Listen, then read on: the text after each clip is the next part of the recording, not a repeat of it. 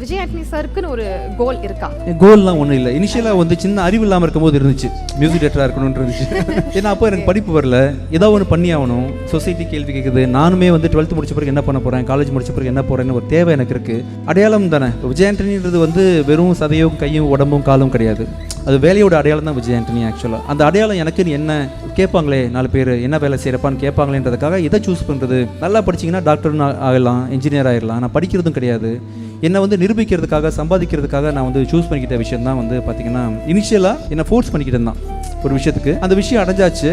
அந்த விஷயத்துலையும் பார்த்தீங்கன்னா முழு திருப்தி எனக்கு மியூசிக் பண்ண பிறகு கூட பெருசாக கிடைக்கல. இந்த ஹீரோவுக்கு பண்ணால் பாட்டு பெரிய ஹிட் ஆகுது, இந்த ஹீரோவுக்கு பண்ணால் அதே பாட்டு வந்து சின்னதாகிடுது. ஸோ எல்லாமே ஒரு ஹீரோஸையோ மற்ற விஷயங்களே டிபெண்ட் பண்ணியிருக்கு.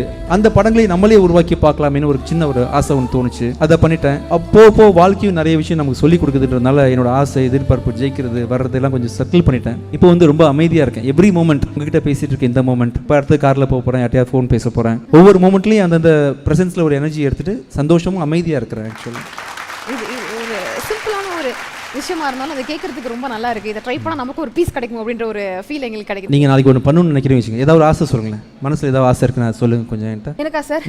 ஐயோ, கோல் இல்லாம வாழ்றேனே, இப்போ நான் என்ன பண்றேன்னு இல்லை, தெரியல. என்ன வேணாலும் ஒரு பெரிய பிசினஸ், பெரிய கோல் கூட அவசியம் இல்லை. சின்ன வேலை ஒன்று, அது ஜிரின்னு நாளைக்கு ஒரு வீட்டில் வந்து ஒரு சின்ன ஒரு செடி வச்சு பார்க்கணும்னு ஆசைப்பட்டீங்கன்னா சின்சியராக அப்ளை பண்ணுவீங்களா? ஒரு தொட்டி வாங்குவீங்க, அந்த செடி எங்கே கிடைக்குதோ அங்கே போய் வாங்குவீங்க, அந்த செடிக்கு தண்ணி ஊற்றுவீங்க, அது ஒரு வாரம் கழிச்சு வளரும் இல்லையா? அது மாதிரி லைஃப்பில் நீங்கள் எதை நினச்சாலுமே, அது மியூசிக் டைரக்டராக இருந்தாலும் ஆக்டராக இருந்தாலும் அது செடி மாதிரி நினச்சிக்கோங்க. அதுக்கு தண்ணி ஊற்றிக்கிட்டே இருங்க. ஒரு செடி ஒரு வாரத்தில் வளரும், ஒரு செடி ஒரு வருஷம் கழிச்சு வளரும். ஐ திங்க் மூங்கில்லாம் 1 year ஆகும் அப்போ வளர்றதுக்கு. ஐ திங்க் வளரும் டக்குன்னு 3 months வளர்ந்துடும்.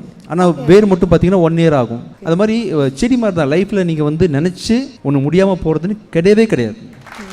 இது வேணா ஆகலாம். நீங்கள் ஆக்சுவலாக பிஎம் ஆகணுமா, சிஎம் ஆகணுமா, ஆயிடலாம்.